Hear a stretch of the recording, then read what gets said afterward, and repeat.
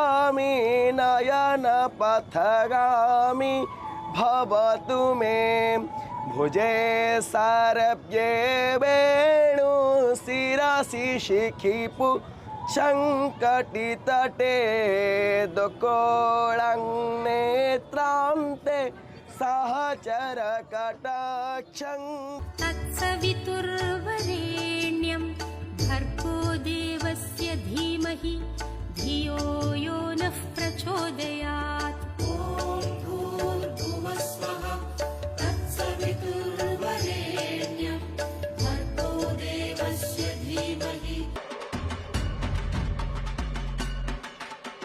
केजा मुंडा हेमा चंडी हेमा काली कर संहार पेट विनाशी शमशान वासी हेमा काली। तू हमके जुड़ावनु हो कि वैसे वैसे ना हो कि वैसे वैसे ना तू हर बाला का जुड़ास कि वैसे वैसे ना तू हर बाला का शरणम गुरुवे शरणम गुरुवे।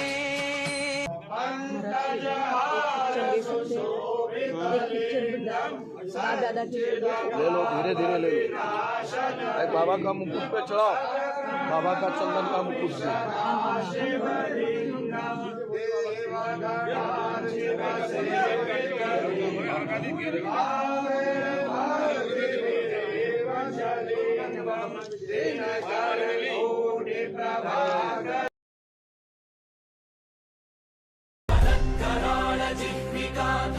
कठोरदंश्रिका प्रदीप्त दिग्विदिक्तट प्रचण्डवह्निकीलका नटत्सहस्रशतसहस्रकोटिकोटिकेसर प्रभासमान भद्रनारसिंह ते नमो नमः। पुरुषाः सहस्राक्ष सहस्रपात् भूमिं विश्वतो वृत्वा दन्तिष्ठद्दशाङ्गु।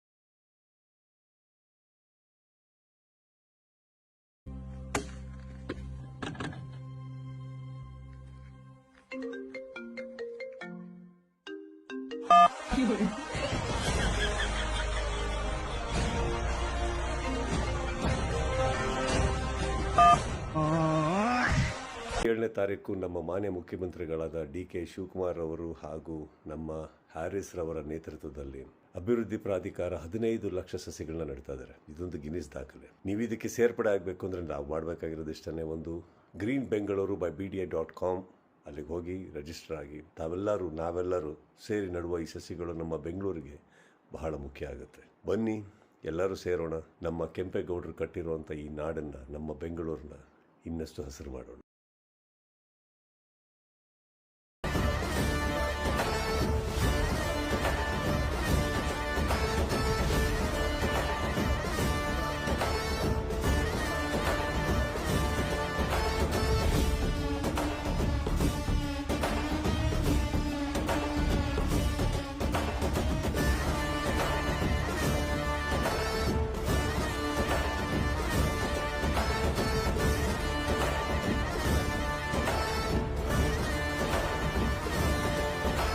ಸೋಲಿಸ್ತೀವಿ, ಆಮೇಲೆ ನಾವು ಗೆಲ್ತೀವಿ.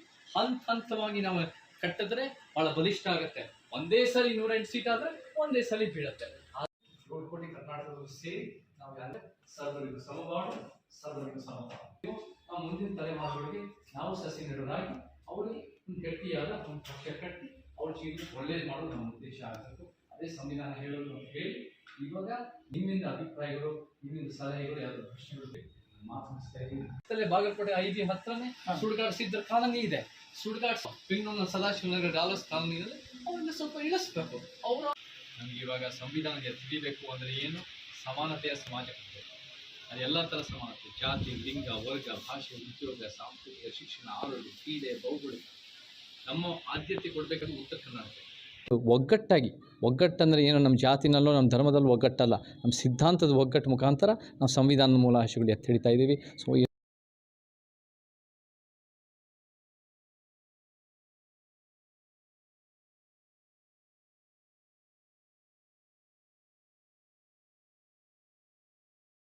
ಈ ಸರ್ಕಾರ ಅಧಿಕಾರಕ್ಕೆ ಬಂದು ಪ್ರಿಯಾಂಕಾ ಖರ್ಗೆ ಅವರು ಒಂದು ದಿನವೂ ಕೂಡ ತಮ್ಮ ಇಲಾಖೆ ಬಗ್ಗೆ ಮಾತಾಡಿದ್ದೇ ಇಲ್ಲ, ತಾವು ಮಾಡಿದಂಥ ಸಾಧನೆ ಬಗ್ಗೆ ಹೇಳ್ಕೊಂಡಿದ್ದೇ ಇಲ್ಲ.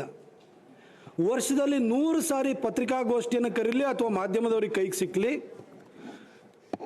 BJPಯನ್ನು ಬೈಯುವಂಥದ್ದು, BJP ದಲಿತ ವಿರೋಧಿ ಅಂತ ಹೇಳೋದು, BJP ಸಂವಿಧಾನ ವಿರೋಧಿ ಅಂತ ಹೇಳೋದು, ಅಂಬೇಡ್ಕರ್ ಹೆಸರನ್ನು ಹೇಳಿಕೊಂಡು BJPಯನ್ನು ಹೀಗಳೆಯುವಂಥದ್ದು, RSS ಬಗ್ಗೆ ಅವಾಚ್ಯ ಶಬ್ದಗಳಿಂದ ನಿಲ್ಲಿಸುವಂಥದ್ದು. ಇದು ಬಿಟ್ಟರೆ ಇನ್ನೇನು ಕೂಡ ಅವರ ಬಾಯಿಂದ ಹೊರಗಡೆ ಬರಲ್ಲ. ಈ ರೋಗ, ಈ ವ್ಯಾಧಿ ಪ್ರಿಯಾಂಕಾ ಖರ್ಗೆ, ಆ ಕಲಘಟಗಿಯ ಲಾಡು, ಇನ್ನು ಚಿಕ್ಕಬಳ್ಳಾಪುರದಲ್ಲಿ ಇನ್ನೊಬ್ಬ ಉಳಿಡ್ತಾ ಇರ್ತಾನೆ ಯಾವಾಗಲೂ, ಇವರಿಂದ ಸದಾ ಬರ್ತಾನೆ ಇರುತ್ತೆ. ಆದರೆ ನಾನು ಪ್ರಿಯಾಂಕಾ ಖರ್ಗೆ ಅವರಿಗೆ ನಾನು ಕೇಳಲಿಕ್ಕೆ ಬಯಸ್ತೇನೆ, ಪ್ರಿಯಾಂಕಾ ಖರ್ಗೆ ಅವರೇ, ನಿಮಗೆ ಏನಾಗಿದೆ? ITBT ಅಂತ ಖಾತೆನ ಕೊಟ್ಟಿದ್ರು ಕೂಡ ನಿಮ್ಮ ಖಾತೆನ ಹೊರತಾಗಿ ಬೇರೆದನ್ನೇ ಮಾತಾಡ್ತಿರ್ತಿರಲ್ಲ, ಏನಾಗಿದೆ ಸರ್ ನಿಮಗೆ? ಆ ಸದನದಲ್ಲಿ ಅಧಿವೇಶನ ನಡೀತಾ ಇತ್ತು ಅಂತಂದರೆ ಡಾಕ್ಟರ್ ಅಶ್ವಥ್ ನಾರಾಯಣ ಅವರು ಹೇಳಿದಾಗೆ ನೀವು ಪ್ರತಿಯೊಬ್ಬರು ಮಾತಾಡೋಕ್ಕೆ ಎದ್ದಾಗ್ಲೂ ಕೂಡ ಮಧ್ಯದಲ್ಲಿ ಪಾಯ ಹಾಕಿ ಪೈಲ್ಸ್ ಪ್ರಿಯಾಂಕಾ ಆಗೋಗ್ಬಿಡ್ತೀರಿ. ಅಧಿವೇಶನ ಮುಗಿದಾದ ನಂತರ ಪ್ರತಿನಿತ್ಯನೂ ಕೂಡ ಬೊಬ್ಬೆ ಹೊಡಿತಾ ಕೂಗುಮಾರಿ ಪ್ರಿಯಾಂಕಾ ಆಗ್ಬಿಡ್ತೀರಿ, ಕೂಗುಮಾರಿ ಖರ್ಗೆ ಆಗೋಗ್ಬಿಡ್ತೀರಿ. ನೀವು ಸದನದೊಳಗಡೆ ಪೈಲ್ಸ್ ಪ್ರಿಯಾಂಕಾ, ಹೊರಗಡೆ ಬಂದರೆ ಕೂಗುಮಾರಿ ಖರ್ಗೆ ಆಗ್ತೀರಿ. ಯಾಕೆ ಸರ್? ಏನು ಸರ್ ನೀವು RSSನ್ನು ಬ್ಯಾನ್ ಮಾಡ್ತೀರಿ ಅಂತ?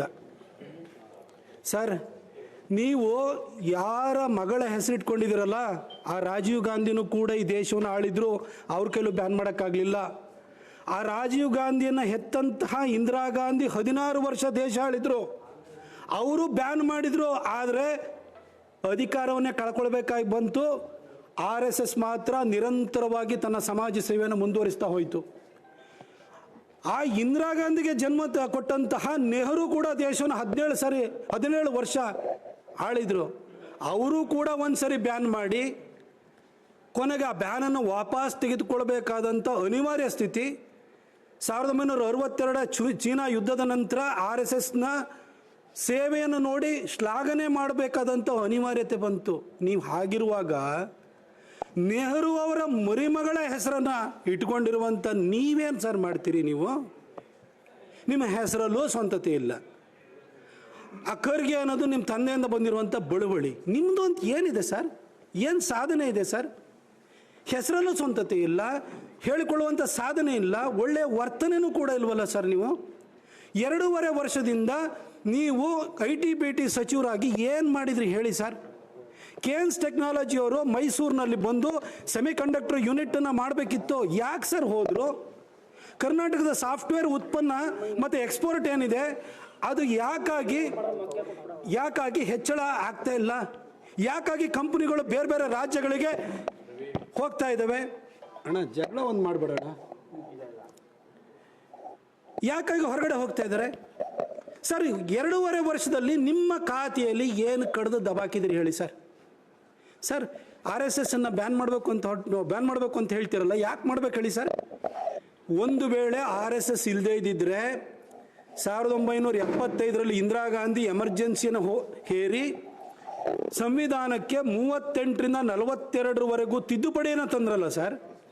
ಒಂದು ವೇಳೆ ಆ ತಿದ್ದುಪಡಿಗಳ ವಿರುದ್ಧವಾಗಿ RSSನ ಸಾವಿರಾರು ಜನ ಕಾರ್ಯಕರ್ತರು ಹೋರಾಟವನ್ನು ಮಾಡಿ 1977ರಲ್ಲಿ ಇಂದಿರಾ ಗಾಂಧಿ ಸರ್ಕಾರವನ್ನು ತೊಲಗಿಸಿ ಜನತಾ ಸರ್ಕಾರ ಬಂದು RSS ತನ್ನ ಹೊಕ್ಕುಳು ಬಳ್ಳಿಯಾಗಿದ್ದಂತಹ ಜನಸಂಘವನ್ನು ಜನತಾ ಪರಿವಾರದ ಜೊತೆ ಸಂವಿಧಾನವನ್ನು ಉಳಿಸೋದಕ್ಕೋಸ್ಕರವಾಗಿ ಮರ್ಜ್ ಮಾಡಿ ಸರ್ಕಾರ ಅಧಿಕಾರಕ್ಕೆ ಬಂದಾದ ನಂತರ ಅಷ್ಟೂ ತಿದ್ದುಪಡಿಗಳನ್ನು ತೆಗೆದುಹಾಕಿ 1971ರಲ್ಲಿ ತಂದಂತಹ ಮೇಂಟೆನೆನ್ಸ್ ಆಫ್ ಇಂಟರ್ನಲ್ ಸೆಕ್ಯೂರಿಟಿ ಆ್ಯಕ್ಟನ್ನು ಕೂಡ 1978ರಲ್ಲಿ ತೆಗೆದುಹಾಕಿ ಅಂಬೇಡ್ಕರ್ ಬರೆದಿರುವಂಥ ಸಂವಿಧಾನವನ್ನು ಪುನರ್ಸ್ಥಾಪನೆಯನ್ನು ಮಾಡಿ ಈ ದೇಶಕ್ಕೆ ಅಂಬೇಡ್ಕರ್ ಸಂವಿಧಾನವನ್ನು ವಾಪಸ್ ಕೊಟ್ಟು ಹಕ್ಕು ಅಧಿಕಾರವನ್ನು ಕೊಡಲಿಲ್ಲ ಅಂದಿದ್ದರೆ ಇವತ್ತು ನೀವು ಕೈಯಲ್ಲಿ ಹಿಡ್ಕೊಂಡು ನಿಮ್ಮ ರಾಹುಲ್ ಗಾಂಧಿ ಅಲ್ಲಾಡಿಸ್ತಿದ್ರಲ್ಲ, ಆ ಸಂವಿಧಾನ ಇಂದಿರಾ ಗಾಂಧಿ ಸಂವಿಧಾನ ಆಗಿರ್ತೈತೆ ಹೊರತು ಬಾಬಾ ಸಾಹೇಬ್ ಅಂಬೇಡ್ಕರ್ ಬರೆದಂಥ ಸಂವಿಧಾನ ಆಗಿರ್ತಿರಲಿಲ್ಲ.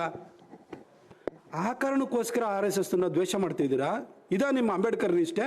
ಇವತ್ತು ಅಂಬೇಡ್ಕರ್ ಅವರು ಬರೆದಿರುವಂತಹ ಸಂವಿಧಾನ ಸೋಷಿಯಲಿಸ್ಟ್ ಅಂಡ್ ಸೆಕ್ಯುಲರ್ ಎರಡು ಪದಗಳನ್ನು ಹೊರತಾಗಿ ಮೂಲ ಸ್ವರೂಪದಲ್ಲಿ ಇವತ್ತು ಇಡೀ ದೇಶದ ಜನಕ್ಕೆ ರಕ್ಷಣೆಯನ್ನು ಕೊಡ್ತಾ ಇದ್ರೆ ಅದಕ್ಕೆ RSS ದೊಡ್ಡ ಹೋರಾಟ ಇದೆ. ಈ ಹೋರಾಟ ಮಾಡಿದ್ದಕ್ಕೋಸ್ಕರ RSS ಬ್ಯಾನ್ ಮಾಡಬೇಕು ಅಂತ ಹೇಳ್ತಿದ್ರ ಸರ್? ಆ ಕಲಬುರ್ಗಿನ ಹೋಗಿ ಅವಸ್ಥೆ ನೋಡಿ ಸರ್. ನಿಮ್ಮ ಅಪ್ಪನ ಹತ ಸರಿ ಗೆಲ್ಸಿದ್ರು, ಈಗೇನೋ ಸ್ಮಾರ್ಟ್ ಸಿಟಿ ಮಾಡ್ತೀರಂತೆ. ಸ್ಮಾರ್ಟ್ ಸಿಟಿ ಎಲ್ಲ 1 ಗಂಟೆ ಮಳೆ ಹೊಡೀತು ಅಂತಂದರೆ ಕಲಬುರ್ಗಿ ರಸ್ತೆಗಳು ಜಲಾನಯನ ಪ್ರದೇಶಗಳಾಗಿ ಹೋಗಿರ್ತವೆ, ರಸ್ತೆನಲ್ಲಿ ನೀರು ಹರಿತಾ ಇರ್ತದೆ. ಏನು ಸರ್ ಮಾಡಿದ್ರಿ? 3 ಸರಿ ಗೆದ್ದಿದ್ದೀರಿ, ಮಂತ್ರಿ ಆಗಿದ್ದೀರಿ. ನಿಮ್ಮಪ್ಪ ಉಮೇಶ್ ಜಾಧವ್ ಇರ್ಬೋದು, ಕಮರುಲ್ಲಾ ಇಸ್ಲಾಂ ಇರ್ಬೋದು, ದೊಡ್ಡ ದೊಡ್ಡ ನಾಯಕರನ್ನೆಲ್ಲ ಬಲಿ ಕೊಟ್ಟು ಅವರ ಮುಖ್ಯಮಂತ್ರಿ ಆಸೆನೂ ಕೂಡ ಬಲಿ ಕೊಟ್ಟು ನಿಮ್ಮನ್ನು ಮಂತ್ರಿ ಮಾಡಿದರು. ನೀವೇನ್ರಿ ಸರ್ ಮಾಡಿದ್ರಿ? ಪ್ರತಿನಿತ್ಯ ಮಾತಾಡ್ತಿರಲ್ಲ ಸರ್, ಬೇರೆ ಏನು ಕೆಲಸ ಇಲ್ವಾ ಸರ್ ನಿಮಗೆ? ನಿಮ್ಮ ಇಲಾಖೆ ಬಗ್ಗೆ ಒಂದಿನ ಮಾತಾಡಿ ಸರ್. ನೀವು ಏನು ಮೋದಿ ಬಗ್ಗೆ, ಮೋದಿ RSS ಒಂದು ದಿನ ಮಾತಾಡ್ತಿರ್ತೀರಿ. ಇನ್ನು ಯಾವ ನಿಮಗೆ ಸ್ವಂತ ಸಾಧನೆ ಹೇಳ್ಕೊಳಕ್ಕೆ ಬೇರೆ ಯಾವ ವಿಚಾರನೇ ಇಲ್ವಾ ಸರ್? ನಿಮ್ಮ ಬಗ್ಗೆ ಪಾಪ ಅನಿಸುತ್ತೆ ನನಗೆ. ದಯವಿಟ್ಟು ನಿಮ್ಮ ಇಲಾಖೆ ಬಗ್ಗೆ ಮಾತಾಡಿ ಸರ್. ಇದೇ ಥರ ದಿನ ಕೂಗುಮಾರಿ ಥರ ನೀವು ಬಬ್ಬೆ ಹೊಡಿತಾ ಇದ್ರೆ ನಿಮ್ಮನ್ನು ಯಾರು ಮುಖ್ಯಮಂತ್ರಿ ಮಾಡಲ್ಲ. ನಿಮ್ಮ ಅಪ್ಪನ್ನೇ ಮುಖ್ಯಮಂತ್ರಿ ಮಾಡಲಿಲ್ಲ ಸರ್ ಕಾಂಗ್ರೆಸ್ಸು, ಇನ್ನು ನಿಮ್ಮನ್ನು ಮಾಡುತ್ತಾ? ಸುಮ್ಮನೆ ಇಂಥನ್ನೆಲ್ಲ ಬಿಟ್ಬಿಡಿ. ನಿಮ್ಮ ವಿದ್ಯಾರ್ಹತೆ ಇದಕ್ಕೆ ಅನುಗುಣವಾಗಿ ಒಂದಷ್ಟು ಮಾತಾಡಿ. ನಿಮ್ಮ ವಿದ್ಯೆಗೆ ಮೀರಿದಂಥ ಖಾತೆಯನ್ನು ಕೊಟ್ಟಿದ್ದಾರೆ. ಆ ಖಾತೆಗೆ ಒಂದು ಸ್ವಲ್ಪ ಸಮಯವನ್ನು ವಿನಿಯೋಗವನ್ನು ಮಾಡಿ ಒಳ್ಳೆ ಕೆಲಸವನ್ನು ಮಾಡಿ ಸರ್. ಕರ್ನಾಟಕದಲ್ಲಿ ಪ್ರತಿ ವರ್ಷವೂ ಕೂಡ ಲಕ್ಷಾಂತರ ಜನ ಇಂಜಿನಿಯರಿಂಗ್ ಗ್ರಾಜುಯೇಟ್ಸ್ಗಳು ಹೊರಗಡೆ ಬರ್ತಾರೆ. ಅವರಿಗೆಲ್ಲ ಉದ್ಯೋಗ ಕೊಡುವಂಥ ಕೆಲಸವನ್ನು ನಿಮ್ಮ ಇಲಾಖೆ ಮಾಡಬೇಕಾಗುತ್ತೆ. ನಿಮ್ಮ ಸಿದ್ದರಾಮಯ್ಯನವರು ಯುವ ನಿಧಿ ಕೊಡ್ತೀನಿ ಅಂತ ಹೇಳಿ ಬೊಬ್ಬೆ ಹೊಡೆದು 2.5 ವರ್ಷ ಆಯಿತು, ಇವತ್ತವರೆಗೂ ಪ್ರಾರಂಭನೆ ಮಾಡಲಿಲ್ಲ. ನಿರುದ್ಯೋಗ ಭತ್ಯೆ ಅಂತ ಯಾರಿಗೂ ಬರ್ತಾ ಇಲ್ಲ. ಹೀಗಿರಬೇಕಾದ್ರೆ ಇಲಾಖೆಯಿಂದ ಏನಾದ್ರು ಸಾಕಾರ ಮಾಡೋದ್ರ ಬಗ್ಗೆ ಯೋಚನೆ ಮಾಡಿ ಸರ್.